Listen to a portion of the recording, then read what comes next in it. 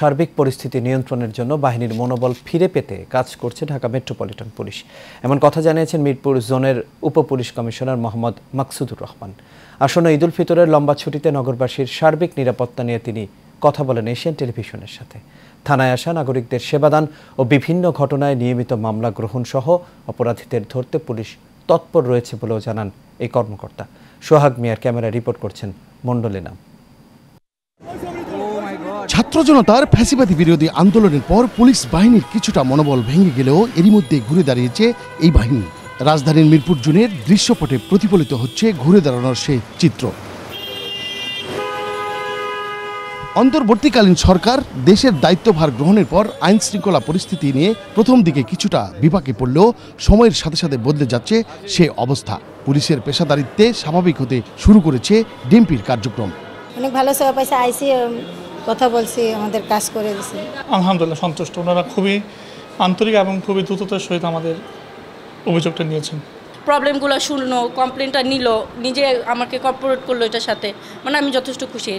গেল ফেব্রুয়ারি মাসে জনগণের জানমালের নিরাপত্তা ও অপরাধ দমনের সফলতার জন্য পল্লবী ডিএমপির শ্রেষ্ঠ থানা হিসাবে স্বীকৃতি পেয়েছে বলে জানান ওসি। আমি মনে করি যে আমি অনেকটাই সফল, কারণ মানুষের সেবা দিতে পারছি। গত ফেব্রুয়ারি 2025 গত মাসে আমার মাদক মামলা হয়েছে 19টা মাদক মামলার মধ্যে আমার 38 জন আসামি গ্রেপ্তার আছে। হাতে নাতে 57 জন ছিনতাইকারী আমার ধরা আছে। ওয়ারেন্টের মধ্যে 239টা ওয়ারেন্ট আমি খারিজ করতে পেরেছি। 146 জন আসামি আমার গত মাসে অ্যারেস্ট আছেন এবং বিদেশি একটি পিস্তল, 3টা ম্যাগাজিন, 20 রাউন্ড গুলি এবং আমাদের বিভিন্ন থানা থেকে মিসিং হওয়া বা চুরি হওয়া বা 5ই আগস্টে যে তসরুপটা হয়েছিল এরকম আমরা 300 রাউন্ড চাইনিজ রাইফেলের গুলি উদ্ধার করছি। এর মধ্যে মিরপুর জোনের 7টি থানার পুলিশি কার্যক্রমের ফলে মিরপুর এলাকা অনেকটাই নির্বিঘ্ন হয়েছে বলেও জানান উপপুলিশ কমিশনার মোহাম্মদ মাকসুদুর রহমান।